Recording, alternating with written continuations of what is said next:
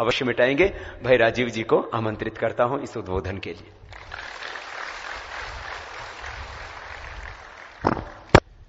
परम पूजनीय स्वामी जी, भारत स्वाभिमान के सभी नौजवान साथियों,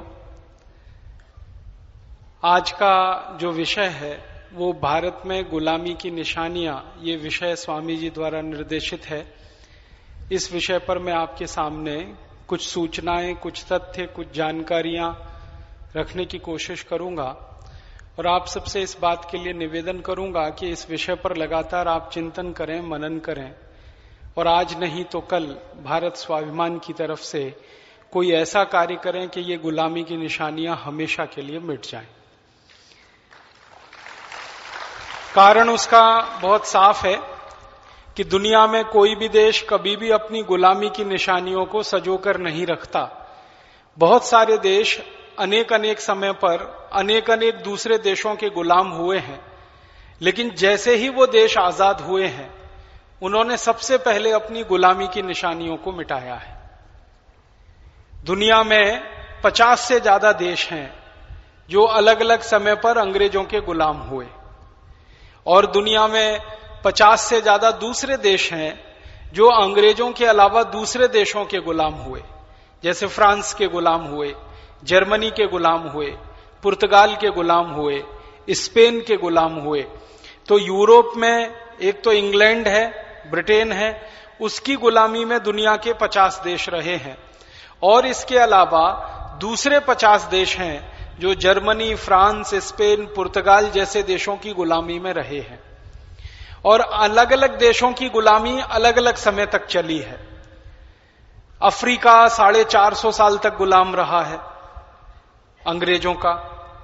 इसी तरह से अफ्रीका के जो पड़ोसी देश हैं वो अंग्रेजों के 450 साल तक गुलाम रहे हैं। कुछ एक देश 500 साल तक भी गुलाम रहे हैं इंग्लैंड के। भारत लगभग 250 वर्षों तक गुलाम रहा इंग्लैंड का। इसी तरह से स्पेन, पुर्तगाल, जर्मनी और फ्रांस की गुलामी में कोई देश 100 साल रहा, कोई 150 साल रहा। अल्जीरिया नाम का एक छोटा सा देश है, वो फ्रांस की गुलामी में 350 साल रहा। तो ऐसे अलग अलग देशों ने अलग अलग समय पर, मिस्र नाम का एक देश है वो अंग्रेजों की गुलामी में सैकड़ों साल तक रहा है। तो अलग अलग देश अलग अलग समय पर अंग्रेजों की गुलामी में, दूसरे देशों की गुलामी में है। पिछले 1000 साल का दुनिया का इतिहास आप पढ़ेंगे तो उनमें ऐसी ही बातें दिखाई देती हैं। इस देश ने उसको गुलाम बनाया, उसने उसको गुलाम बनाया। ये यूरोप में सबसे ज्यादा रहा है। अमेरिका खुद लगभग 250 साल तक इंग्लैंड का गुलाम रहा है। इंग्लैंड के पहले स्पेन का गुलाम रहा है अमेरिका। तो हर समय अलग अलग देश अलग अलग समय पर दूसरों के गुलाम होते रहे हैं, लेकिन आजादी मिलने के बाद उन देशों ने सबसे पहला जो काम किया है अपनी गुलामी की निशानियों को मिटाने का किया है।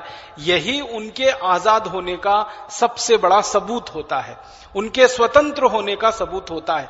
जब आप स्वतंत्र हो गए, आजाद हो गए, तो आपका सबूत क्या है?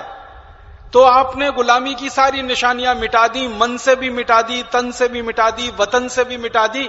तब जाकर हम मानते हैं कि हाँ, हम स्वतंत्र हो गए, आजाद हो गए। सभी देश ऐसा करते रहे हैं। मैं एक देश की छोटी सी बात बताऊं आपको। इजिप्ट नाम का एक बहुत छोटा सा देश है जिसको मिस्र कहते हैं। उसका असली नाम मिस्र है। इजिप्ट नाम अंग्रेजों ने रखा क्योंकि अंग्रेजों को मिस्र का प्रोनाउंसिएशन नहीं आता था, इसलिए उसका नाम बदल के उन्होंने इजिप्ट कर दिया। मिस्र देश जब गुलाम हुआ अंग्रेजों का काफी लंबे समय तक, तो मिस्र की भाषा बदल गई, भूषा बदल गई, भोजन बदल गया, भेषज बदल गया, सब बदल गया। जैसे ही मिस्र आजाद हुआ तो आजादी के बाद सबसे पहला राष्ट्रपति वहां पर बना, उनका नाम था कमाल पाशा। जानते हैं उन्होंने सबसे पहला जो संवैधानिक कार्य किया अपने देश में वो ये कि अंग्रेजी भाषा को पूरे देश में से जड़ मूल से खत्म कर दिया। उन्होंने पूरे देश में से जड़ मूल से खत्म कर दिया अंग्रेजी भाषा को।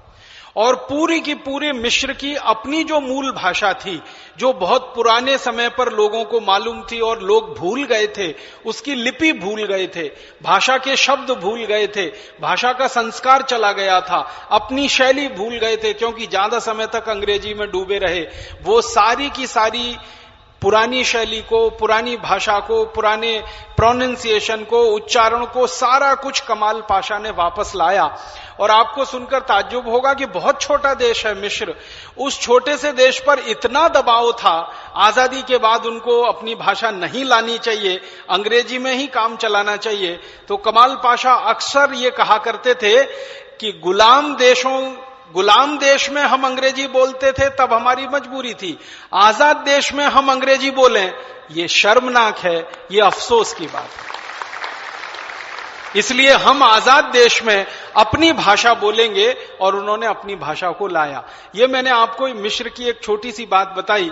ऐसे ही जर्मनी में, फ्रांस में आप कभी भी जाके देखेंगे, अपनी भाषा का गर्व इतना जबरदस्त है उन लोगों को। एक समय में अंग्रेजों का फ्रांसीसियों से बहुत झगड़ा हुआ है। अगर आप 1000 साल पुराना विश्व का इतिहास पढ़ेंगे तो 10वीं शताब्दी में करीब 300 साल तक अंग्रेज और फ्रांस एक दूसरे के दुश्मन नंबर 1 रहे हैं, जानी दुश्मन रहे। कभी अंग्रेजों ने फ्रांसीसियों का नुकसान कर दिया, कभी फ्रांसीसियों ने अंग्रेजों का नुकसान कर दिया। एक बार फ्रांसीसी मजबूत हो गए तो अंग्रेजों पे कब्जा कर लिया।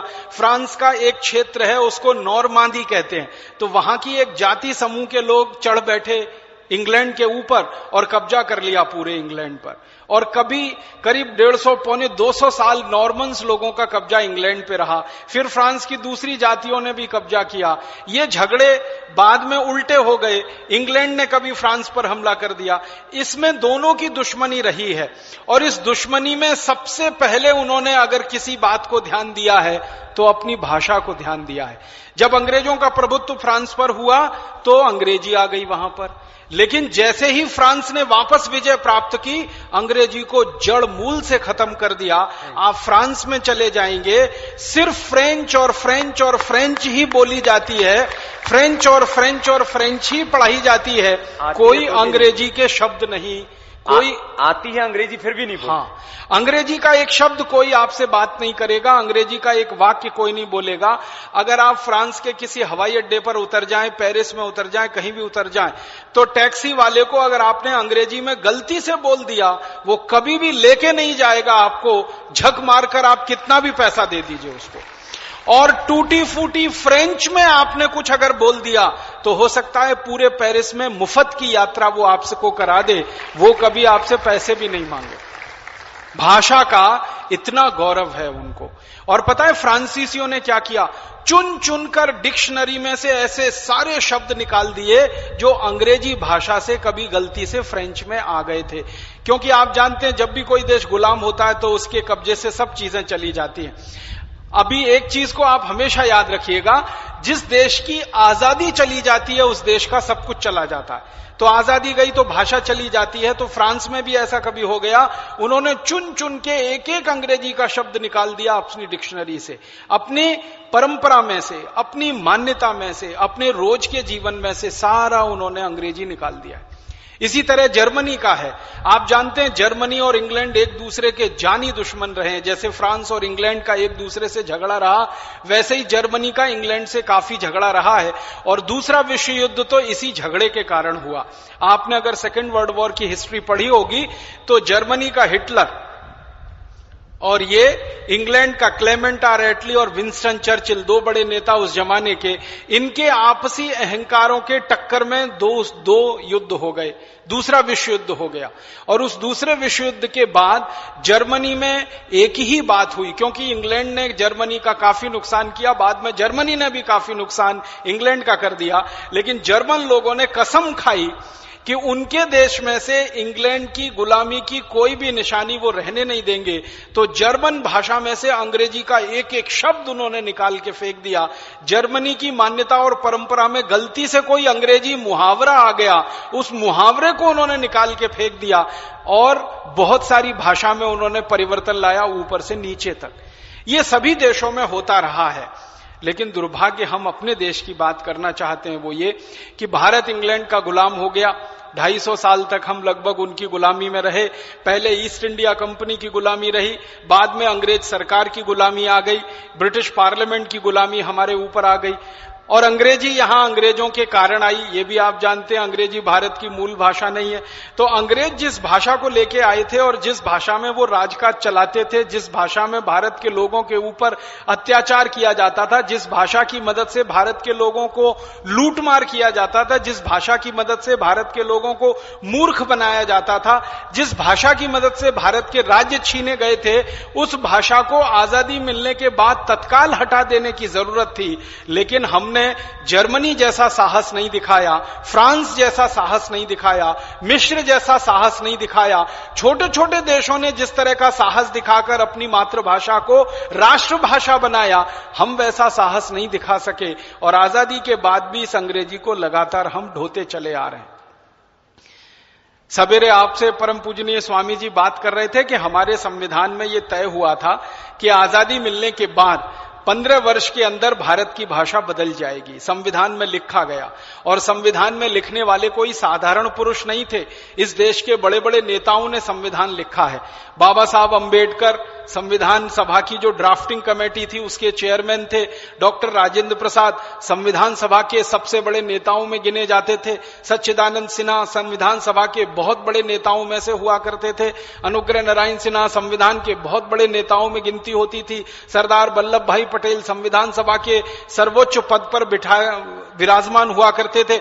ऐसे 319 बड़े नेताओं ने हिंदुस्तान का संविधान लिखा, और वो सारे के सारे बड़े नेता इस देश के मूर्धन्य लोग थे, विद्वान लोग थे, चोटी के लोग थे। समाज के लोगों ने उनको संविधान सभा के लिए चुनकर भेजा था। आपको मालूम है, हमारे देश के ये 319 नेता को भारत के लोगों ने चुनकर संविधान सभा में भेजा था, और ये देश के उस समय के सबसे बड़े नेताओं में गिनती होती थी। इन्होंने लगातार चिंतन किया, मनन किया और आपस में बहस की है, और बहस करके ये तय किया कि जल्दी से जल्दी हमें अंग्रेजी से छुटकारा पा लेना चाहिए। तो संविधान सभा में ये बात हुई। एक दल के नेता ऐसे थे संविधान सभा में जो ये कहा करते थे कि अंग्रेजी से तो हमें आज ही छुटकारा पा लेना चाहिए, क्योंकि ये गुलामी की भाषा है, हमारी नहीं है। लेकिन दूसरे दल के ऐसे नेता थे, वो ये कहा करते थे कि धीरे धीरे छुटकारा पा लेना चाहिए। आपको मालूम है, भारत की आजादी के इतिहास में हमेशा दो तरह के नेता रहे हैं, एक नरम दल, एक गरम दल। गरम दल वाले नेता हमेशा से, सरदार वल्लभ भाई पटेल जो थे वो गरम दल के नेता थे संविधान सभा में। वो हमेशा ये कहा करते थे, आज और अभी, कल क्यों? हमें गुलामी की कोई निशानी रखनी क्यों है? आज और अभी तय करना है, और कल से जब संविधान लागू होगा तो अंग्रेजी को समाप्त कर देना है। हमारी मातृभाषा हिंदी, गुजराती, तमिल, तेलुगु, कन्नड़, मलयालम आदि में हमें हमारा काम चलाना है। लेकिन दूसरे नरम दल के नेता थे, वो कहा करते थे नहीं नहीं, इतनी जल्दी मत करो, हमें इसमें जल्दबाजी करने की कोई जरूरत नहीं है, धीरे धीरे करके अंग्रेजी हट जाएगी।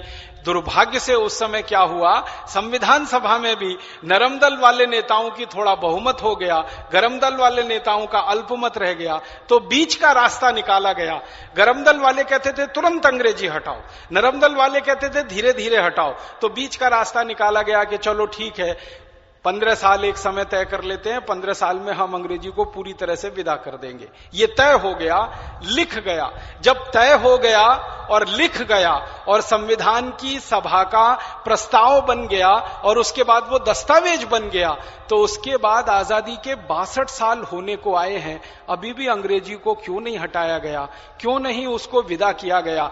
जिस तरह से हमने अंग्रेजों को भगाया था, अंग्रेजी को ऐसे ही भगाया जाना चाहिए था, लेकिन वो नहीं हो पाया। ये बहुत शर्म की बात है, बहुत अफसोस की बात है। और जिन लोगों ने अंग्रेजी को हटने नहीं दिया इस देश में से, उन लोगों के तर्क क्या हैं, कुतर्क क्या है, वो हमें जानना चाहिए।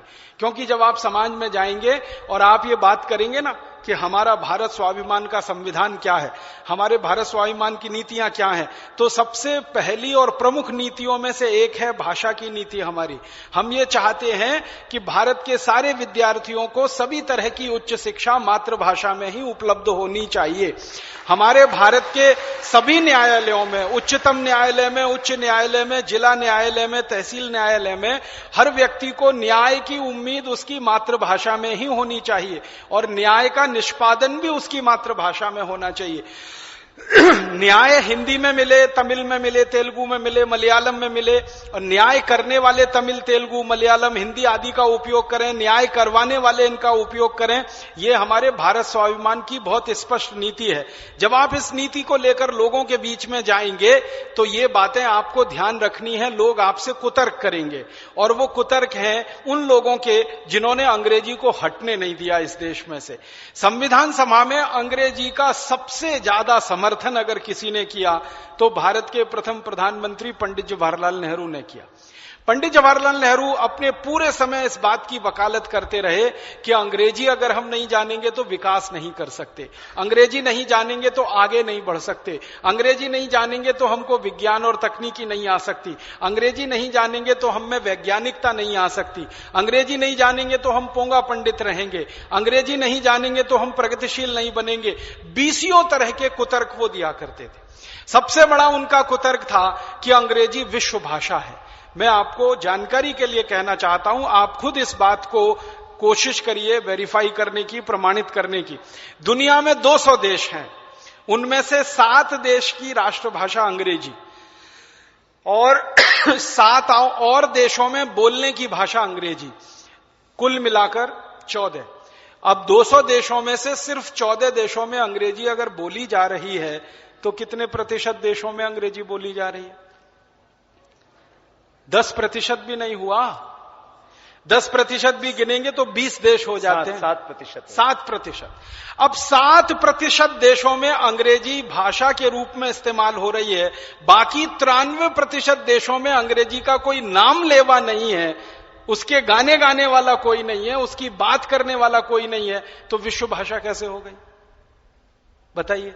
विश्व भाषा तो ये तब होगी जब 50% से ज्यादा लोग अंग्रेजी में बोलें, अंग्रेजी में रोएं, अंग्रेजी में गाएं, अंग्रेजी में सोचें, अंग्रेजी में सब काम करें।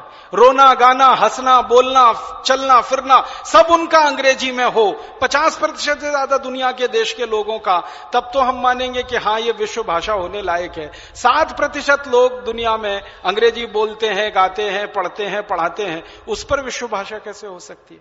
बाकी सभी देशों की अपनी भाषाएं हैं। अगर जनसंख्या के हिसाब से भाषा को गिनती करना शुरू करें ना, जनसंख्या के हिसाब से दुनिया में सबसे ज्यादा बोली जाने वाली भाषा चाइनीज है, वो नंबर 1 है, और फिर सीधे नंबर आता है हिंदी है, वो नंबर 2 पर है। दुनिया में जनसंख्या के हिसाब से चीन इस समय सबसे आगे है, लगभग 148 करोड़ की जनसंख्या है। तो दुनिया में लगभग 148 करोड़ लोग चीनी बोलते हैं, चीनी जानते हैं, चीनी समझते हैं और चीनी का व्यवहार करते हैं। उसके बाद दूसरे नंबर पर सबसे ज्यादा जो भाषा का व्यवहार होता है, जिसको लोग जानते हैं, समझते हैं, बात करते हैं, वो हिंदी है। हिंदी को जानने वाले, समझने वाले लोगों की संख्या कम से कम 100 करोड़ के आसपास है पूरी दुनिया में, हिंदी को जानने और समझने वाले। और हिंदी को बोलने वालों की संख्या इस देश में और दुनिया में 87 करोड़ है। सीधे चीनी भाषा के बाद दूसरे नंबर पर जो भाषा आती है वो हिंदी आती है। जब दुनिया में दूसरे नंबर पर हिंदी है, लेकिन अपने देश में पहले नंबर पर तो होनी चाहिए, वो नहीं हो पाई आज तक। पहले नंबर पर इस देश में अभी भी अंग्रेजी का राज है। अंग्रेजी महारानी की तरह से है और हिंदी उसकी दासी की तरह से इस देश में व्यवहार में लाई जाती है। बहुत शर्म की बात है, बहुत अफसोस की बात है। दुनिया में ये कुतर्क फैलाया गया कि अंग्रेजी बहुत वैज्ञानिक है। आपने अगर थोड़ी भी अंग्रेजी पढ़ी होगी तो 1-2 सवाल आपसे कर लेता हूं। पीयूटी पुट, तो बीयूटी बुट यही होना चाहिए, और अगर बीयूटी बट तो पीयूटी पट होना चाहिए कि नहीं? बीयूटी बट है तो पीयूटी पट होना चाहिए, पीयूटी पुट है तो बीयूटी बुट होना चाहिए। क्या वैज्ञानिकता है? एक जगह बट है, एक जगह पुट है, या एक जगह पुट है, दूसरी जगह बट है। प्रोनाउंसिएशन, उच्चारण तो एक ही होना चाहिए ना, वैज्ञानिक भाषा में तो एक ही होना चाहिए। एक और उदाहरण देता हूं। केमिस्ट्री, क्या स्पेलिंग है? CHEMISTRY। केमिस्ट्री बोलते हैं ना, तो केमिस्ट्री बोलते हैं तो केमिस्ट्री के हिसाब से कोपड़ा होना चाहिए, CHOPARA। एक जाति होती है ना चोपड़ा, तो चोपड़ा को कोपड़ा बोलना चाहिए कि नहीं? और अगर चोपड़ा को चोपड़ा बोल रहे हो तो केमिस्ट्री को चेमिस्ट्री बोलना चाहिए। CHEMESTR। तो अगर वहां केमिस्ट्री नहीं होता तो यहां चोपड़ा कैसे हो गया, और यहां चोपड़ा है तो वहां केमिस्ट्री कैसे हो गई? किसी भी भाषा की वैज्ञानिकता को अगर आप परखना चाहें तो उसमें बोलने के लिए जो शब्द का उच्चारण का महत्व है वो हर समय एक जैसा ही होता है, वो समय समय पे बदलता नहीं है।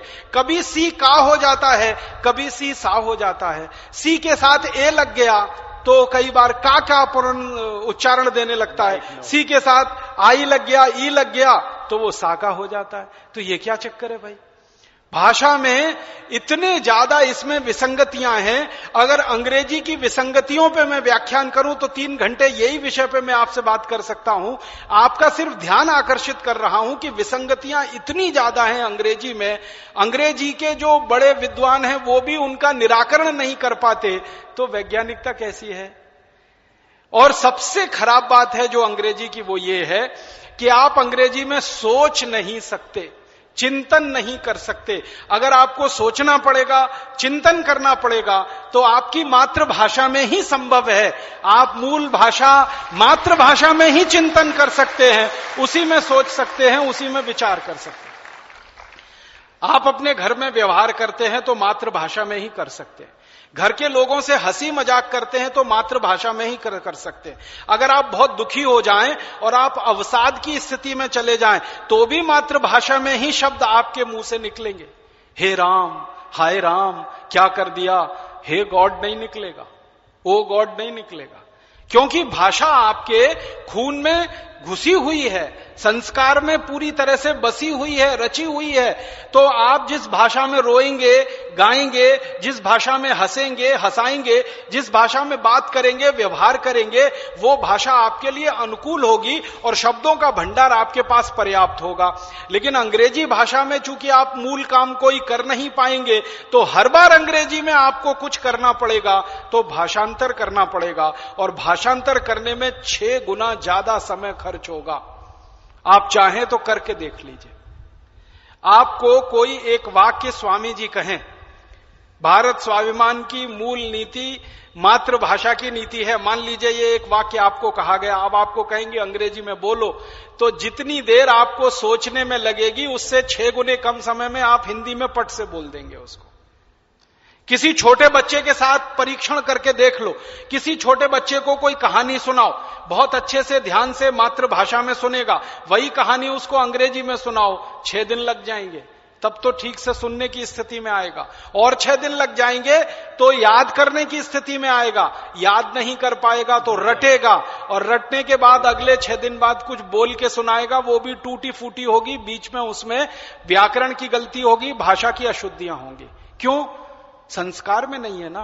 तो जिस भाषा में आप हर काम करके आसानी से सहजता के साथ बढ़ सकते हैं आगे, उसी भाषा में अगर आपको शिक्षा नहीं मिल रही है तो ये आपके साथ बहुत बड़ा षड्यंत्र है, बहुत बड़ी साजिश है। ये षड्यंत्र क्या है? भारत के मूल निवासी कौन है? हिंदी, तमिल, तेलुगु, कन्नड़, मलयालम, उड़िया आदि आदि, ये सब मूल निवासी हैं जो मूलतः यहीं के हैं। और अंग्रेजी भाषा को बोलने वाले ये मूल निवासी तो हैं, लेकिन अंग्रेजियत में रचे बसे हुए हैं। जन्म उनका गलती से भारत में हो गया है, उनको तो मौका मिले तो वो तो अमेरिका जाने को तैयार बैठे हैं, वीजा नहीं मिलता, वरना लाइन लगा के खड़े रहते हैं। पता है कौन लोग पैदा हो गए? जो अंग्रेज हिंदुस्तान में मरे न, वो ये पैदा हो गए। समझे आप? स्वामी जी की बात सुनी आपने? जो अंग्रेज मर गए उनकी आत्मा इनमें प्रवेश कर गई है, जो अंग्रेजी बोलते हैं आज इस देश। वो भूत बन के पैदा हुए हैं यहाँ, जो मर गए ना हिंदुस्तान में। और इनका ना संस्कार भारत का है, ना इनकी मान्यता परंपरा भारत की है। अंग्रेजी में सब काम करते हैं, बोलते चालते हैं, क्योंकि उनका प्रभुत्व बना रहे, क्योंकि अंग्रेजी के आधार पर अंग्रेजों का प्रभुत्व था।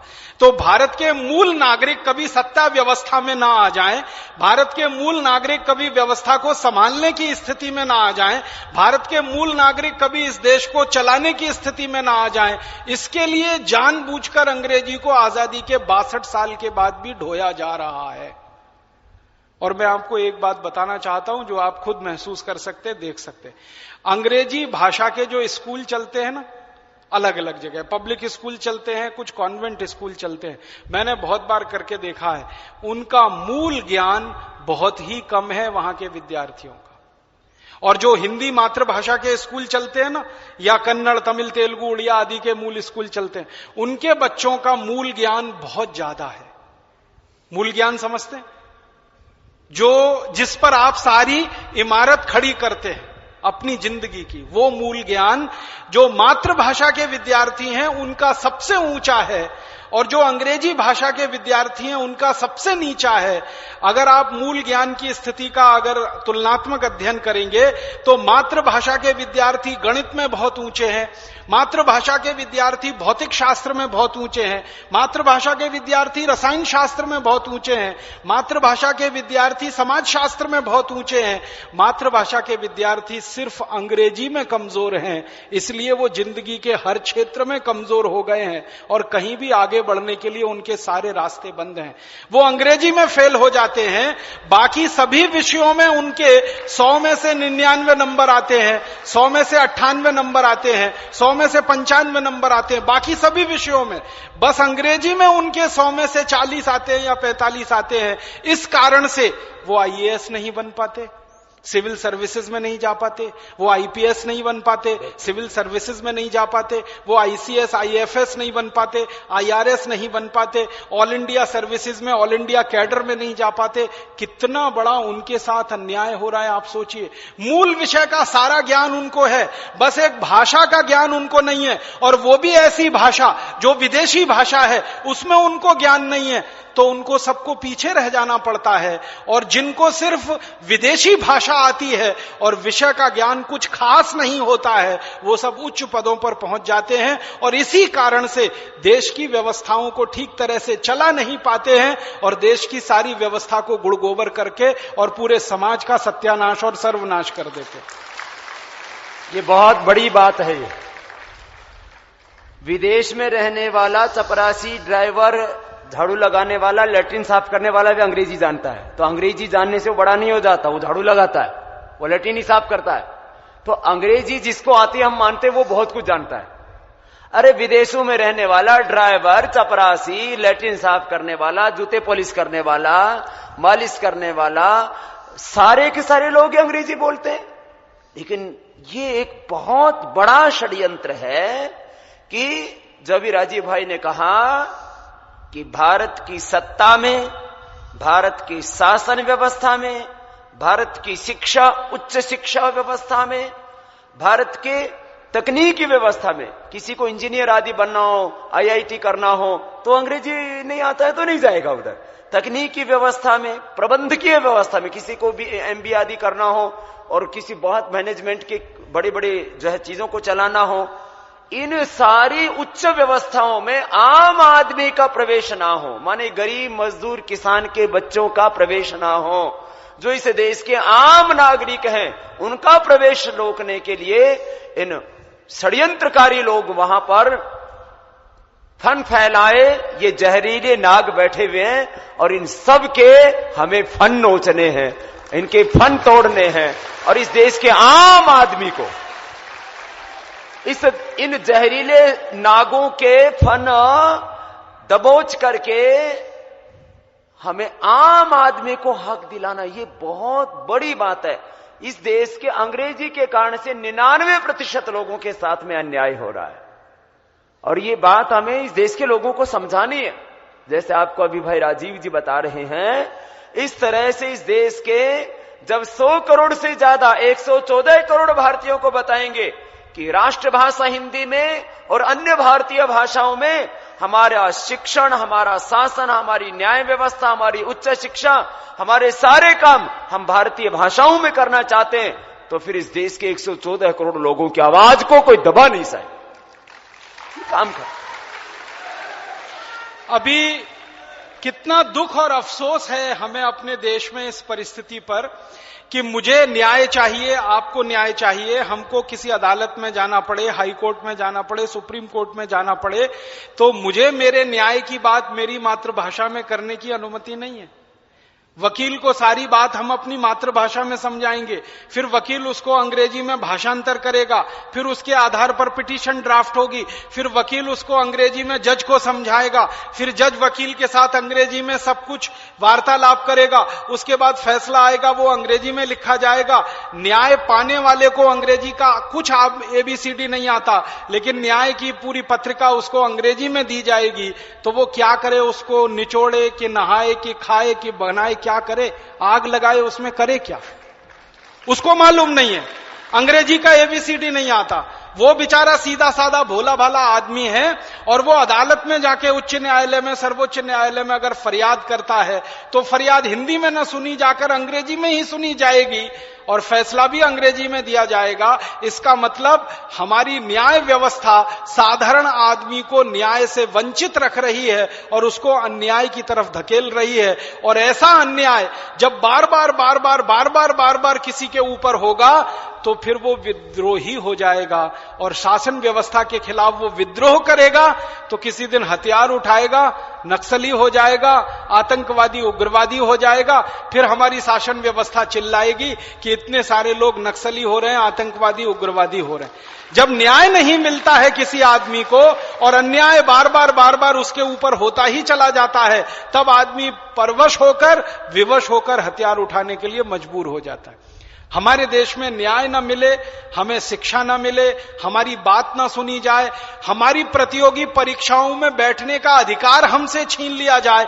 आपको मालूम है कई प्रतियोगी परीक्षाएं ऐसी हैं जिसमें अंग्रेजी का प्रश्न पत्र पहले आपको पास करना ही पड़ेगा, तभी आप आगे बढ़ पाएंगे। अगर अंग्रेजी के प्रश्न पत्र में आप फेल हो गए और बाकी सब में आपके 100 में से 100 नंबर आ जाएं, तो आप बिल्कुल बेकार हैं इस व्यवस्था के लिए, इस शासन के लिए। माने विषय का ज्ञान आपको बहुत है, भाषा का ज्ञान नहीं है। इतने मात्र से आपको यह व्यवस्था नकार देती है, तो ऐसी व्यवस्था को हमें नकारना पड़ेगा और उसके खिलाफ कोई बड़ा शंख फूंकना पड़ेगा, विद्रोह करना पड़ेगा। तो भारत स्वाभिमान की तरफ से भाषा के प्रश्न को हमको संवेदनशीलता के साथ और पूरी ताकत के साथ उठाना है कि आजादी के 15 साल के लिए अंग्रेजी आई थी, संविधान में लिखा गया। अब ये 62 साल से अंग्रेजी क्यों चल रही है और हम इसको अपने कंधे पर क्यों ढो रहे हैं? ये संविधान का जो अनुच्छेद 343 और 344 है, आप लोगों को बता सकते हैं कि संविधान के अनुच्छेद 343 और 344 इसमें स्पष्ट उल्लेख है कि संघ की भाषा, राष्ट्र की भाषा हिंदी होगी और अन्य भारतीय भाषाओं में, अलग अलग प्रांतों में अन्य भारतीय भाषाओं में, अपनी मातृभाषा में हमारी शासन, हमारी शिक्षा, हमारी न्याय व्यवस्था होगी। लेकिन यह तो सीधा सीधा संविधान का ही उल्लंघन है।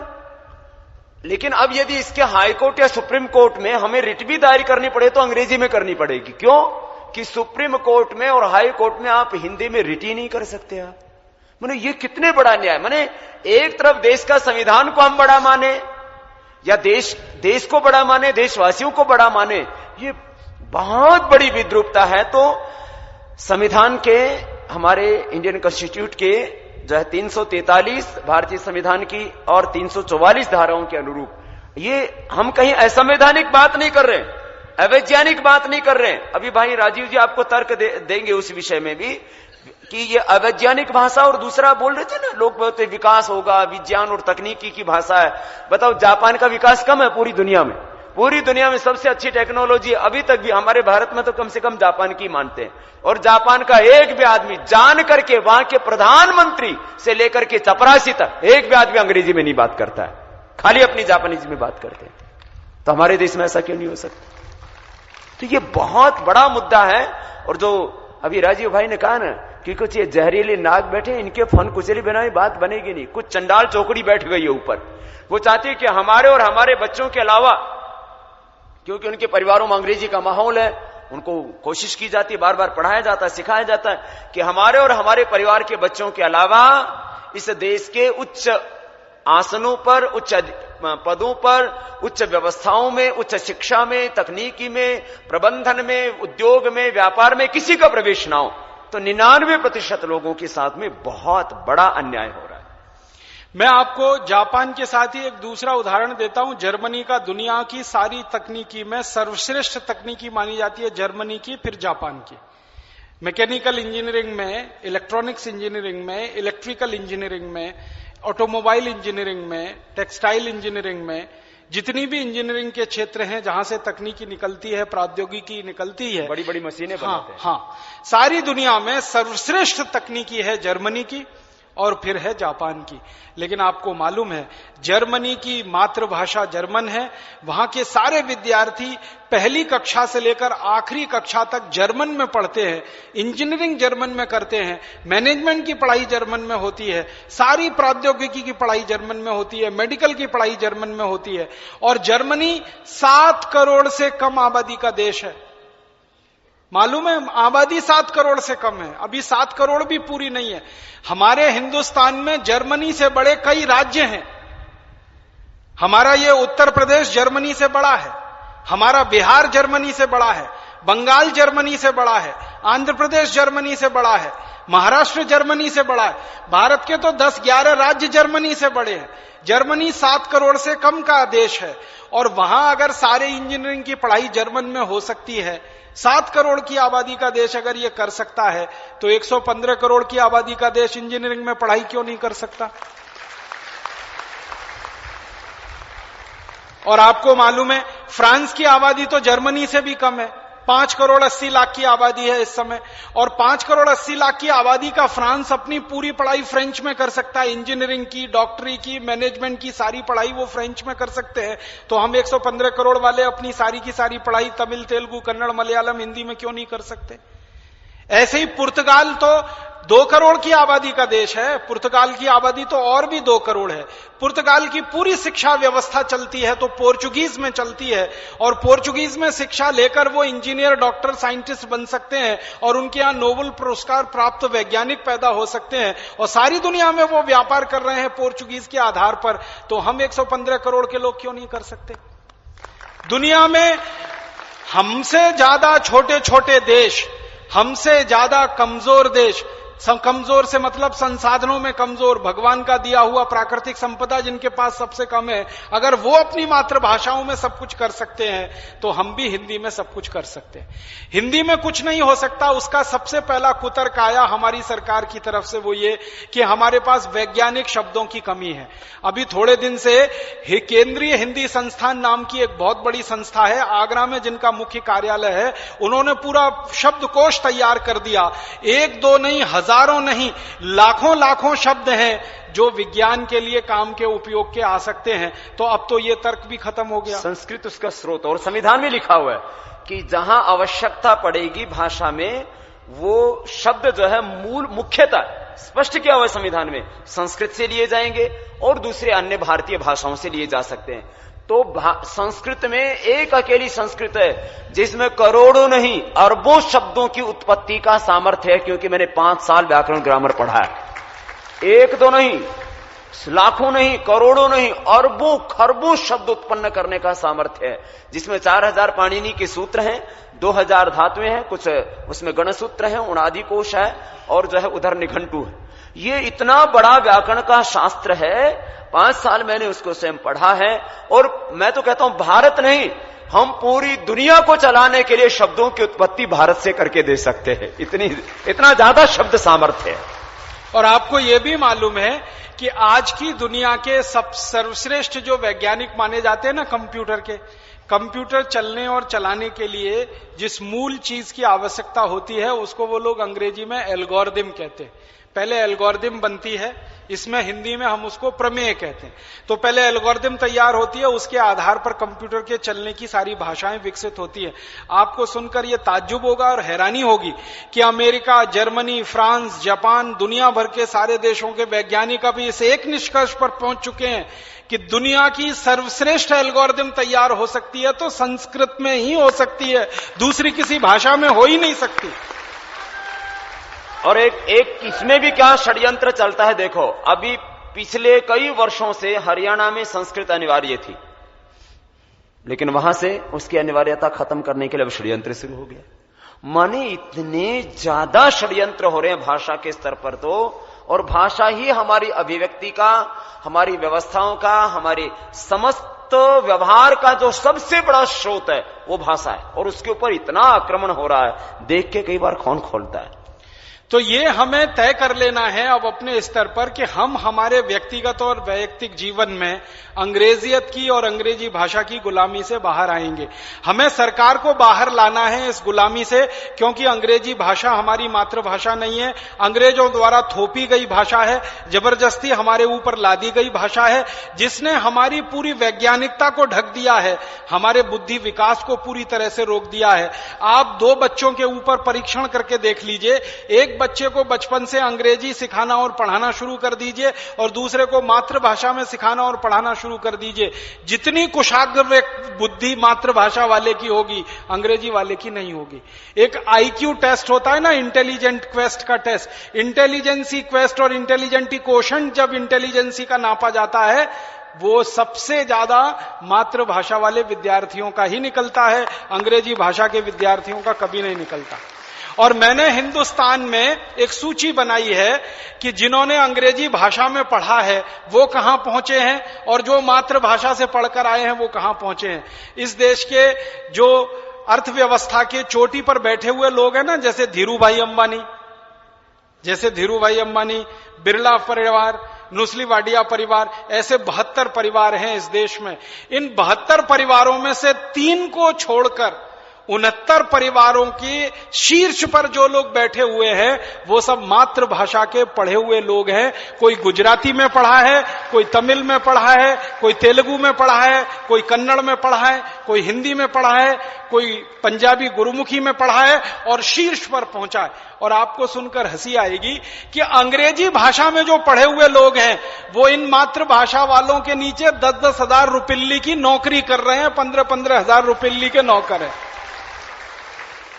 जो अंग्रेजी से पढ़कर निकले, हार्वर्ड से पढ़कर आए, ह्यूस्टन से पढ़कर आए, ऑक्सफोर्ड से पढ़कर आए, कैम्ब्रिज से पढ़कर आए, वो इनके नीचे नौकरी पर हैं, 10,000 की, 15,000 की, 20,000 की, 25,000 की।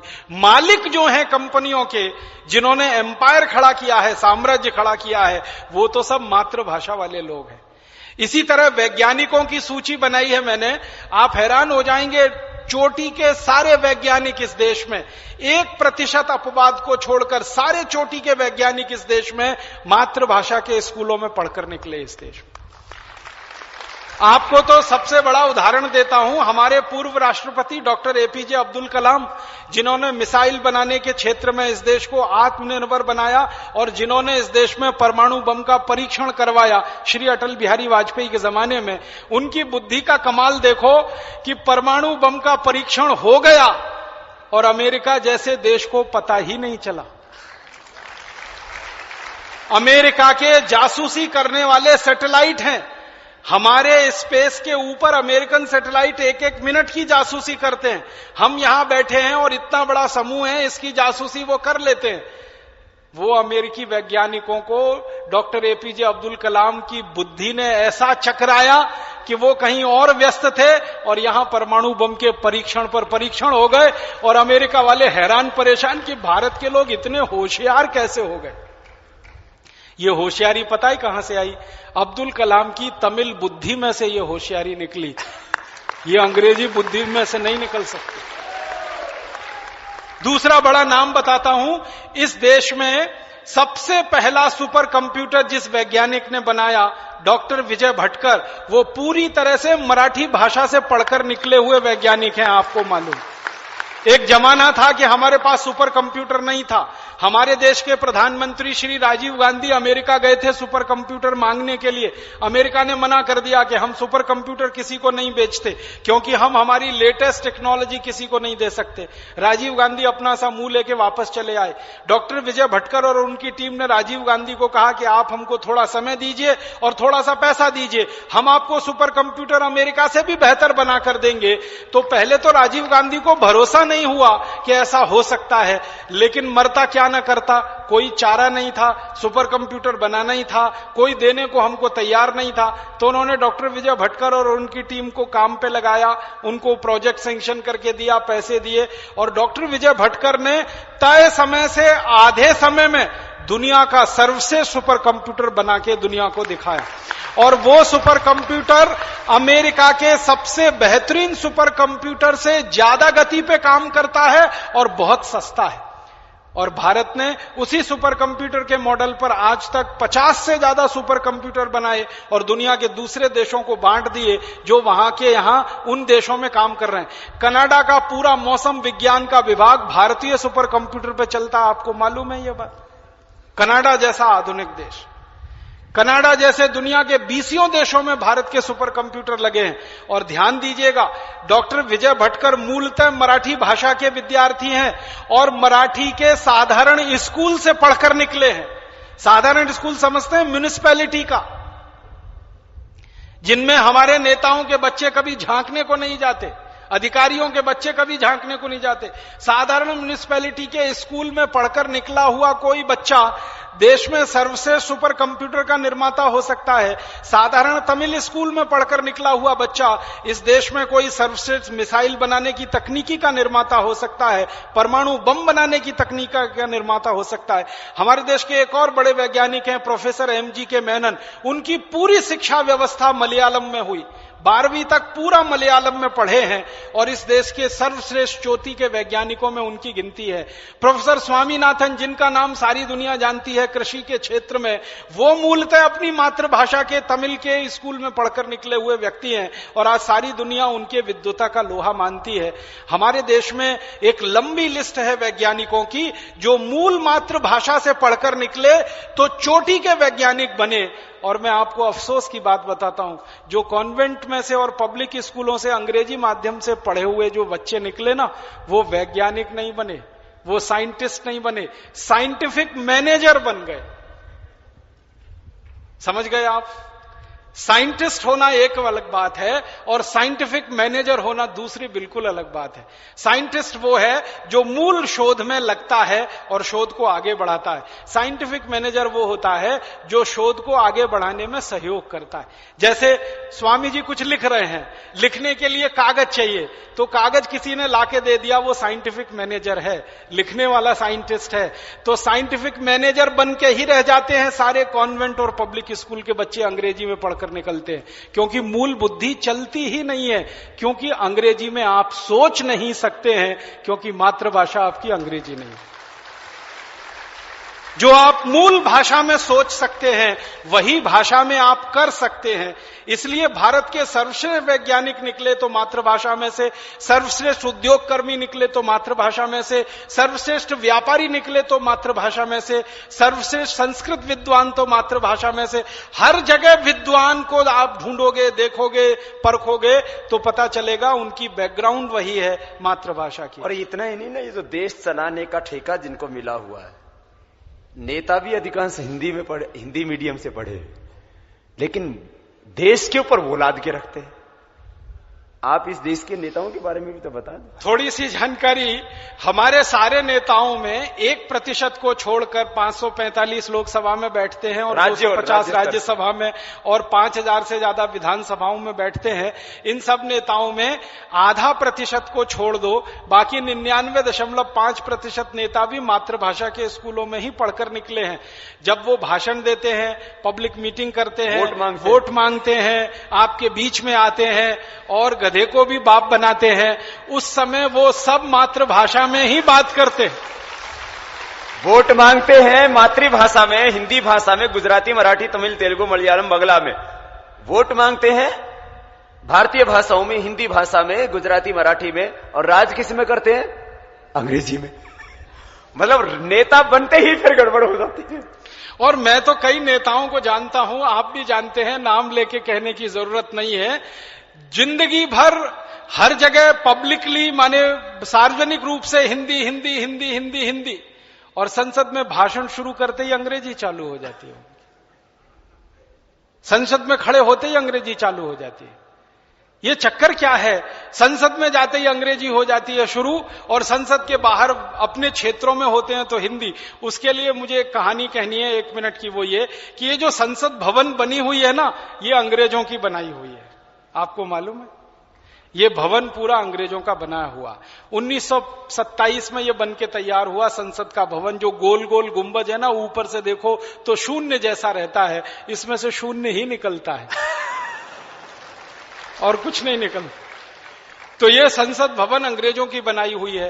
अंग्रेजी वास्तुकार आए थे, अंग्रेजी आर्किटेक्ट आए थे, उन्होंने डिजाइन किया था, उन्होंने बनाया, और बनते समय कई वहां मर भी गए। उन्हीं की आत्मा इनमें प्रवेश कर जाती है जैसे ही ये संसद में घुस जाते हैं।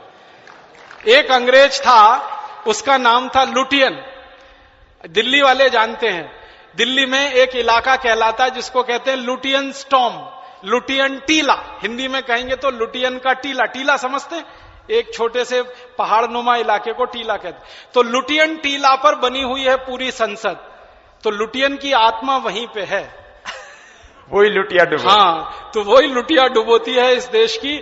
जैसे ही ये घुस जाते हैं संसद भवन में, फर्राटेदार अंग्रेजी में बात करना शुरू कर देते हैं। भवन से बाहर निकलते ही हिंदी में आ जाते हैं या गुजराती, मराठी, तमिल में आ जाते। तो इनकी जिंदगी का ये जो दोहरापन है, इस दोहरेपन को हमें खत्म करना है और हमें समाप्त कराना है। क्योंकि ये खंडित व्यक्तित्व जो है वो कभी भी खंडित देश बनाता है। अगर आपका व्यक्तित्व निजी जीवन में अलग है और सार्वजनिक जीवन में अलग है, एक जगह आप अंग्रेज हैं और दूसरी जगह हिंदी वाले हैं, ये दोहरा चरित्र, दोहरा व्यक्तित्व, ये समाज को कोई अच्छी दिशा नहीं दे सकता। तो भारत के नेताओं का, भारत के दूसरे समाज के ऐसे लोगों का जो सत्ता शीर्ष पर बैठे हुए हैं, इनका हमें परिवर्तन करना पड़ेगा कि आपको या तो मातृभाषा में आना ही पड़ेगा, नहीं तो भारत छोड़कर जाना पड़ेगा। जहां की भाषा बोल रहे हो वहां जाओ, जहां की भाषा बोल रहे हो वहां जाओ। उस देश से, उस देश की भाषा से इतनी मोहब्बत है तो इस देश में क्यों रहते हो? यदि इतना घटिया देश है हमारी कि हमारी भाषा बोलने में भी तुमको शर्म आती है, तो वहीं जाओ। अब एक दूसरे प्रश्न पे मैं आना चाहता हूं, भाषा की गुलामी से हमको भी बाहर आना है।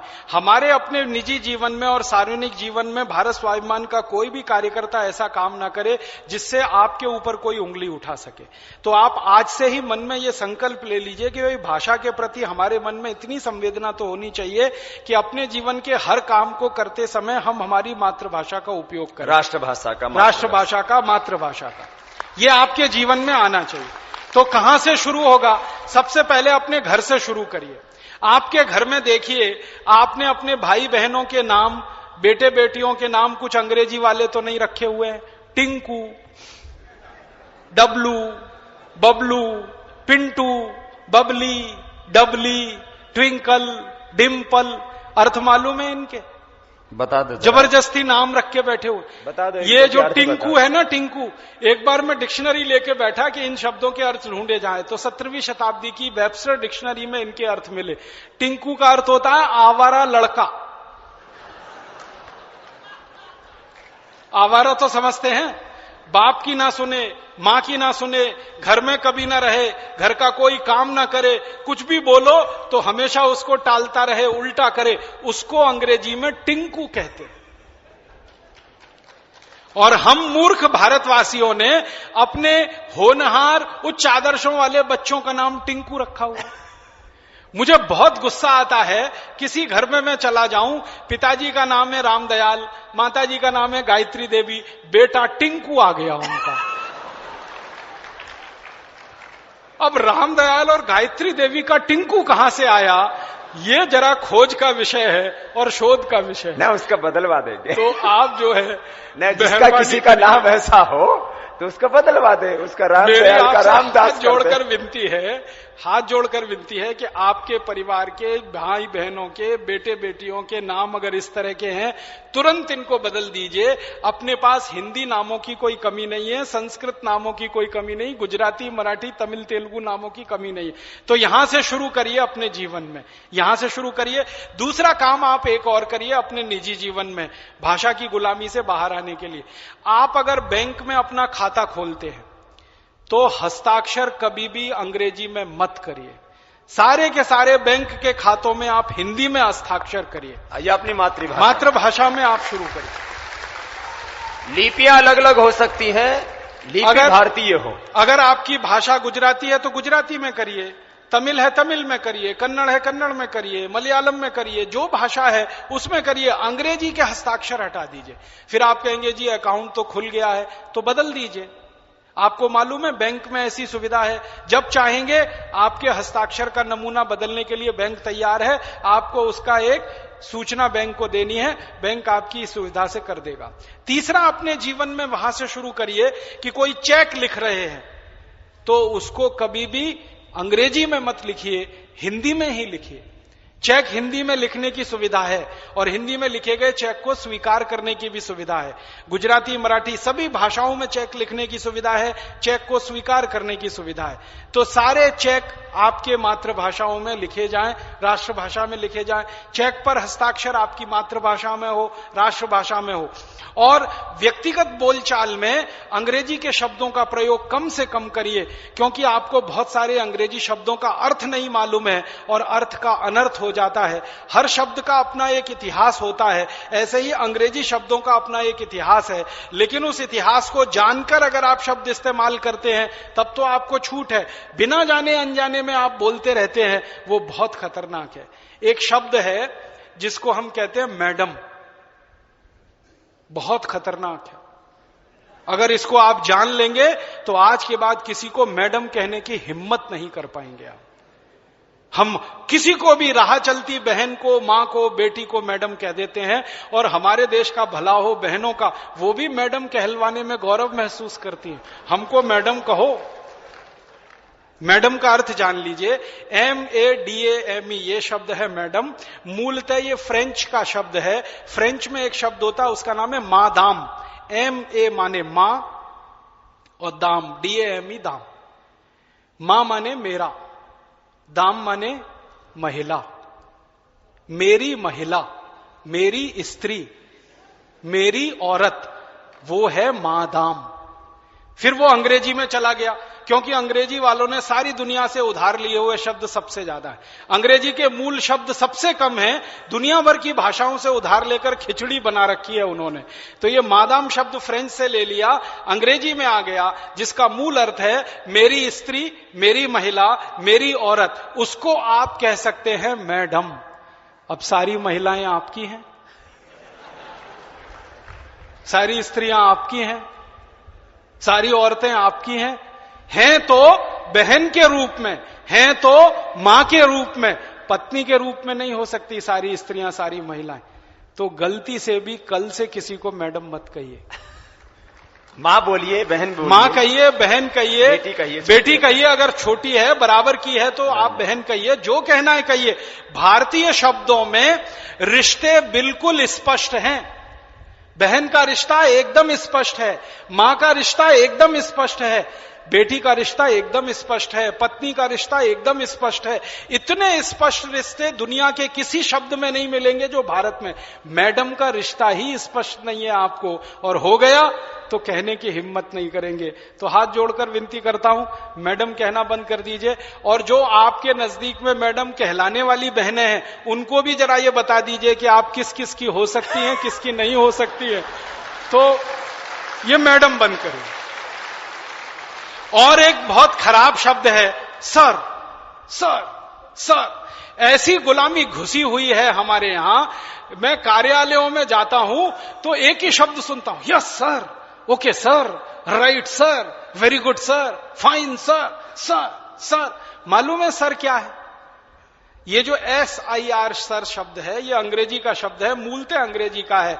और ये शब्द आया है पदवी से। एक पदवी होती है जिसको सर कहा जाता है इंग्लैंड में। जैसे हमारे यहां आचार्य जी है ना, वो एक पदवी है ना, वैसे ही सर एक पदवी है। लेकिन कोई अच्छी पदवी हो तो बोलने में मजा भी आएगा, अच्छा भी लगे। ये पदवी क्या है वो जान लो। यूरोप में, पूरे यूरोप में सभी भाषाओं में ये सर शब्द है। अंग्रेजी में मूल रूप से आया, फिर दूसरी भाषाओं में गया। पूरे यूरोप में एक मूल परंपरा है जिसको आप सुनेंगे तो हैरान हो जाएंगे। दूसरों को गुलाम बनाकर रखने की परंपरा हजारों साल तक यूरोप में रही है। दूसरों को गुलाम बनाकर रखने की परंपरा यूरोप में बहुत लंबे समय तक रही है, हजारों साल तक रही है। तो होता क्या है यूरोप में, जो व्यक्ति जितने ज्यादा लोगों को गुलाम बना के रख सकता है वो उतनी ही ऊंची पदवी का अधिकारी होता है, उसकी पदवी उतनी ऊंची होती है। गुलाम बनाकर जो रख सकता है उसकी पदवी उतनी ही ऊंची हो सकती है। महिलाओं को गुलाम बना के रख सके, पुरुषों को गुलाम बना के रख सके। गुलामी की प्रथा पूरे अमेरिका, पूरे यूरोप का सबसे शर्मनाक और काला अध्याय है, जिसको वो कभी मिटा नहीं पाएंगे दुनिया के सामने। उस गुलामी की परंपरा में से निकला है सर। जिनके गुलाम सबसे ज्यादा हैं वो सर की उपाधि से विभूषित किए जाते हैं। भारत दुनिया में एक ऐसा अद्भुत देश है जहां कोई किसी को गुलाम नहीं बना सकता। कारण क्या है? यहां सब स्वतंत्र हैं, क्योंकि आत्मा सबकी समान है और सब ईश्वर के पुत्र हैं, सब बराबर हैं, कोई ऊंचा नहीं है, कोई नीचा नहीं है। चींटी भी आपकी गुलाम नहीं है, मक्खी मच्छर भी आपके गुलाम नहीं है, वो भी स्वतंत्र जीव है, आप भी स्वतंत्र जीव हैं। भगवान उनको जिंदा रहने का उतना ही अधिकार है जितना आपको। तो हम तो चींटी मक्खी मच्छर को गुलाम नहीं बना सकते, आदमी को गुलाम बनाना तो दूर की ही बात इस देश में संभव नहीं। तो यहां गुलामी की परंपरा हो नहीं सकती और वहां गुलामी के अलावा दूसरी कोई परंपरा नहीं हो सकती। तो वो सर के शब्द का इस्तेमाल करते हैं उस गुलामी की परंपरा को बताने के लिए और समझाने के लिए। हम हमारे देश में कम से कम इस गलत शब्द का उपयोग ना करें। आपको सर बिल्कुल हटा देना चाहिए अपने जीवन में से।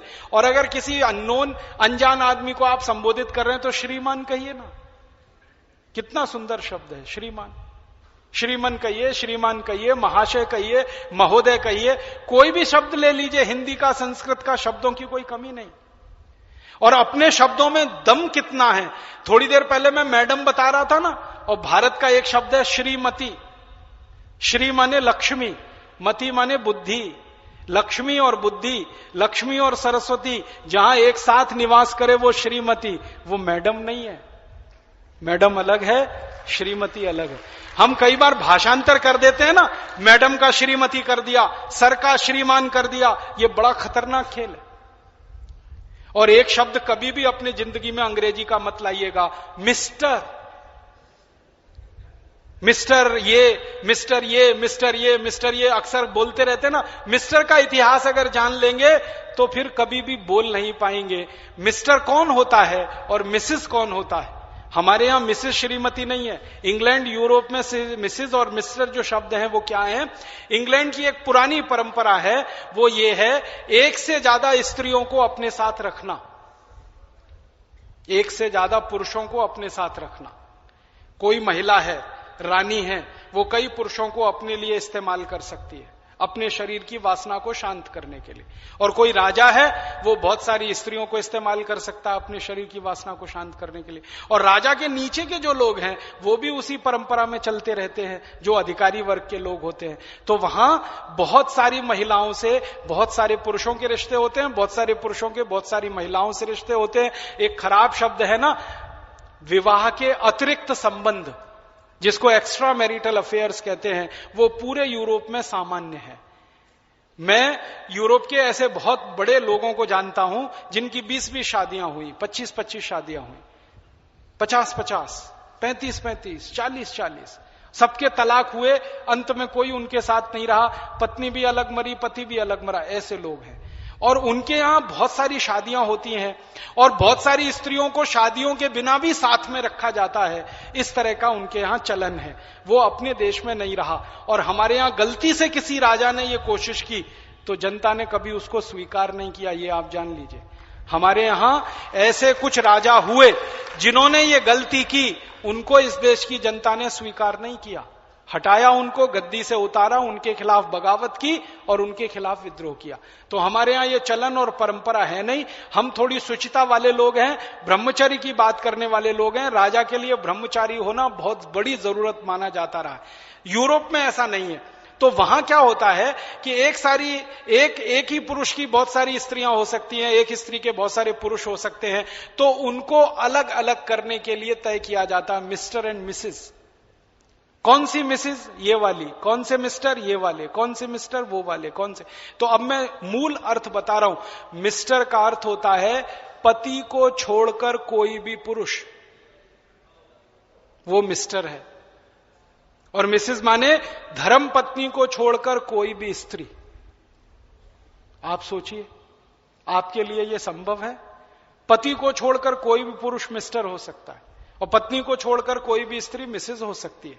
तो आप अपनी जिंदगी में मेहरबानी करके ये मिस्टर मिसेस शब्दों का इस्तेमाल बंद करिए। कभी लिखिए मत किसी को, बोलिए मत किसी को। परिचय करवाते हैं ना राजीव भाई कि ये हमारे मिस्टर है, ये हमारी मिसेज। बहुत खराब है। हम धर्म पति हैं या धर्म पत्नियां हैं, मिस्टर मिसेज नहीं है यहां कोई। क्योंकि हमने अग्नि के साक्षी में 7 फेरे लिए हैं पूरे समाज के गवाह बनाकर। हम ऐसे ही पति पत्नी नहीं होते हैं इस देश में। यहां बड़ी बहुत पुरानी परंपरा है पति पत्नी होने की। यूरोप में तो ऐसे ही हो जाते हैं, बेड पार्टनर हैं तो आप हो सकते हैं, भले आप कहीं जाएं या ना जाएं। और बिना पति पत्नी हुए भी सालों साल साथ रह सकते हैं, क्योंकि उनके यहां एक परंपरा है लिव इन रिलेशनशिप। आप पति नहीं है, पत्नी नहीं है, साथ में रह रहे हैं, बच्चे पैदा हो गए तो किसी अनाथ आश्रम को दे दिए, वहां पर वो बड़े होंगे, वहीं पर पलेंगे। फिर उनके साथ समस्या आती है कि नाम किसका दिया जाए, क्योंकि उनके बाप का पता नहीं, क्योंकि उनकी मां का पता नहीं। तो चर्च फिर उनका नाम तय करता है और उनको चर्च का नाम दिया जाता है। तो उनके यहां की ये पुरानी परंपराएं हैं। अब वो खराब हैं अच्छी हैं वो जाने।